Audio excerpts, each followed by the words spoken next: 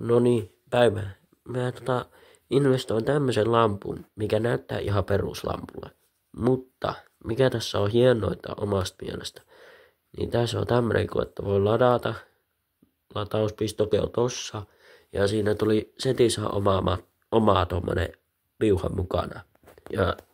Ja tämän piuha, niin se on semmonen, että tuossa on toi pää ihan samanlainen kuin mun puhelimen niinku laturi pää, niin samanlainen. Mutta siinä on tämmönen puhelimessa niinku siis tämän lampun niinku mikä on tossa no niin ton lampun niin tää mikä kytketään tohon kyllä työtiin, että kaiken maailman jutut mitä näitä on tämmösiä.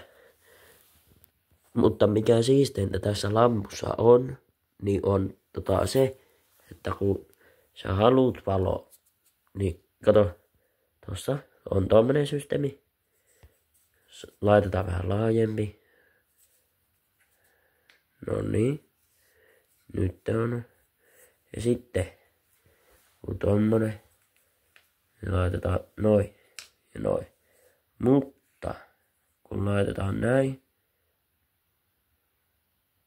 niin tässä on tämmönen ja tommonen. Ja siinä on tommonen tavallinen ja vähän himmeempi. Ja vielä himmeempi. Niin tämmönen. Sinällään tää on hyvä lamppu. Että omasta mielestä tosi hyvä niinku tämmönen pitkä niinku etsintälamppu voi niinku käyttää etsinnöissä varmaan mahdollisesti.